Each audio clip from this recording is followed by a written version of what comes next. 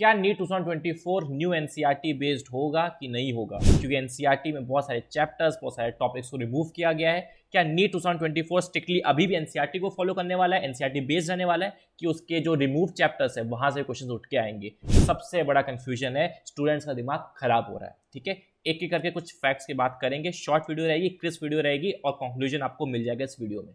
ठीक है, जितने भी चैप्टर्स रिमूव करे गए हैं, टॉपिक रिमूव करे गए हैं, उसको मैं टेलीग्राम पे डाल दूंगा, बार बार दिखाने की जरूरत नहीं है। ठीक है, हमारा Telegram channel quality speaks NEET UG है, वहां पे जाके आप रिमूव चैप्टर्स, रिमूव टॉपिक्स देख सकते हैं। ठीक है, फैक्ट नंबर 1, जो बोर्ड का सिलेबस होता है वो एनसीईआरटी सिलेबस होता है ऑफिशियली, वहां पर लिखा होता है एज पर द एनसीईआरटी चीजें आएंगी आपके बोर्ड एग्जामिनेशन में। But NEET syllabus NCERT syllabus नहीं होता है ऑफिशियली, कहीं भी किसी भी ऑफिशियल डॉक्यूमेंट में ये लिखा नहीं होगा कि जो नीट का सिलेबस है वो एज पर एनसीईआरटी है, जो एनसीईआरटी में गिवन वहीं से आएगा। इसलिए आप देखते भी हो कि नीट में कुछ क्वेश्चंस आउट ऑफ एनसीईआरटी भी रहते हैं, फिजिक्स में भी रहते हैं, केमिस्ट्री में भी रहते हैं, बायो में भी रहते हैं। और कोविड में भी ऐसा सीन हुआ था कि कुछ रिड्यूस सिलेबस हुआ था एनसीईआरटी में, बट नीट में रिड्यूस सिलेबस नहीं हुआ था, नीट में प्रॉपर ही आया था। तो ये प्रथा है कि नीट में एनसीईआरटी बेस्ड क्वेश्चंस आने लग गए। जब से एनटीए आया तब से कुछ ज्यादा ही आने लग गए, बट कहीं मेंशन ये नहीं है, हम ऑफिशियली कभी डिक्लेयर नहीं कर पाएंगे कि जो नीट का सिलेबस है वही एनसीईआरटी सिलेबस है। दूसरा फैक्ट, जो 4 मई को आया था, 3-4 दिन पहले ये जो आपका इंफॉर्मेशन बुलेटिन आया था, उसमें क्लियरली गिवन था that NMC has notified the syllabus of NEET UG 2023, the question paper will be based on the given syllabus. मतलब जो एनएमसी ने सिलेबस दिया उसके अकॉर्डिंग होगा, कहीं इंफॉर्मेशन बुलेटिन में लिखा नहीं गया, it is as per NCERT. ये ऑफिशियल डॉक्यूमेंट्स, ऑफिशियल रिकॉर्ड्स हैं। आगे इंपॉर्टेंट लाइन लिखी गई है, furthermore to rationalize the decision of reduction in syllabus by various school education boards, NTA has taken a decision to provide choice in section B for each of the 4 subjects. Each of the 4 subjects. इसका मतलब समझ लीजिए, इसका मतलब वो ये कह रहा है कि ये जो रिडक्शन हुआ है ना सिलेबस में, ये जो चैप्टर्स ओमिट कर दिए गए, इसको हमने चॉइसेस देख के इस चीज को निपटा दिया है। जैसे फॉर एग्जांपल आप कहते हो सर हमारी प्रिपरेशन अच्छी नहीं हुई है, हमारे चैप्टर्स थोड़े से कम प्रिपेयर्ड हैं, तो टीचर ने कह दिया ठीक है चॉइस दे देंगे, अब टेंशन मत लो, ठीक है, बाकी हम पूरा सिलेबस देंगे, बस हम तुमको चॉइस दे देंगे, तुमने पढ़ा नहीं है ना, कुछ चैप्टर्स रिमूव हो गए ना तुम्हारे। तो मतलब एनटीए रिस्पॉन्सिबिलिटी, इस लाइन से एनटीए कहना चाह रहा है मेरे पास रिस्पॉन्सिबिलिटी मत डालो मेरे को कि मैं किस बोर्ड में क्या रिमूव हो गया, किस स्कूल में क्या नहीं पढ़ाया गया, मुझे उससे मतलब नहीं। ठीक है, तुमको नहीं पढ़ा, तुमने चैप्टर्स नहीं पढ़े, इट्स ओके, मैं थोड़ा सा आपको चॉइस बेस्ड कर दूंगा, 10-15 में से 10 क्वेश्चन करने हैं, 5 क्वेश्चन छोड़ सकते हो, उसी में निपट गया। अब मेरे पास रोना गाना मत करना कि भाई हमारे नई एनसीईआरटी चेंज हो गई है, ये टॉपिक रिमूव हो गया है।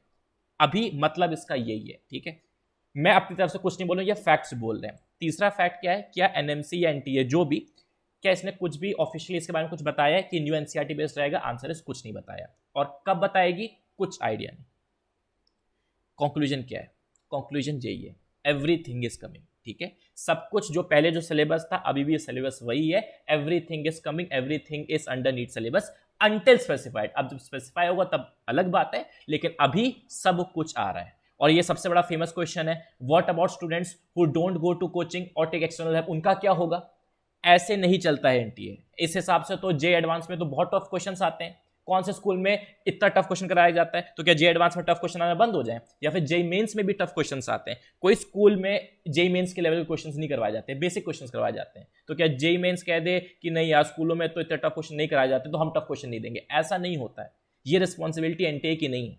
ठीक है ना?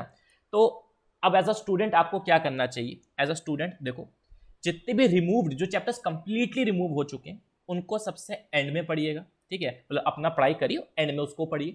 जितने भी टॉपिक्स रिमूव हुए हैं, जो टॉपिक्स रिमूव हुए हैं उनको चैप्टर के साथ ही पढ़िए, उनको ओमिट मत करिएगा। बहुत सारे रिमूव टॉपिक्स जो अगर आपने देखे हैं, फिजिक्स की अगर मैं बात करूं, बहुत सारे रिमूव टॉपिक्स तो वैसे ही रेलेवेंट थे यार, वैसे ही नहीं पढ़ते थे। जैसे capacitor, energy stored bye capacitor का डेरिवेशन, वो तो आप वैसे ही नहीं कभी पढ़ते थे यार नीट के लिए।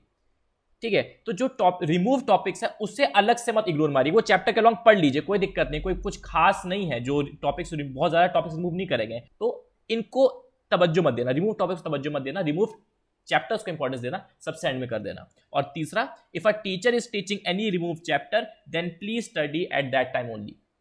हीरो मत बनना कि अरे बेवकूफ टीचर है, इसको एंड में पढ़ेंगे, सर ने बोला एंड में नहीं। अगर टीचर या कहीं भी कोचिंग इंस्टीट्यूट में अगर वो चैप्टर उसी वक्त पढ़ाया जा रहा है, उसी वक्त पढ़ लीजिए, क्योंकि नीट के पास पूरा राइट है, क्योंकि नीट को आपको, नीट से आप डॉक्टर बनने वाले हो। क्लास 12 का बोर्ड एग्जाम एक एंड है, आपकी स्कूल लाइफ का एंड है। नीट एक शुरुआत, एक करियर की शुरुआत है। तो नीट के पास पूरा अधिकार है ये कहने का कि नहीं भाई मुझको डॉक्टर्स बनाने, तो I want some extra knowledge, मेरे जो क्राइटेरिया वो डिफरेंट रहेगा, मुझको फर्क नहीं पड़ता कि बोर्ड एग्जामिनेशन में क्या सिलेबस है।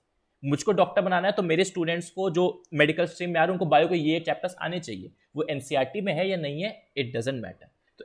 तो नीट के पास या एनटीए के पास पूरा राइट है। तो अगर चैप्टर्स रिमूव चैप्टर कोचिंग में पढ़ाया जा रहा है, हीरो मत बनिएगा, तभी पढ़ लीजिएगा। तो ये है क्रिस्प वीडियो। आई होप आपके डाउट्स क्लियर हो गए होंगे।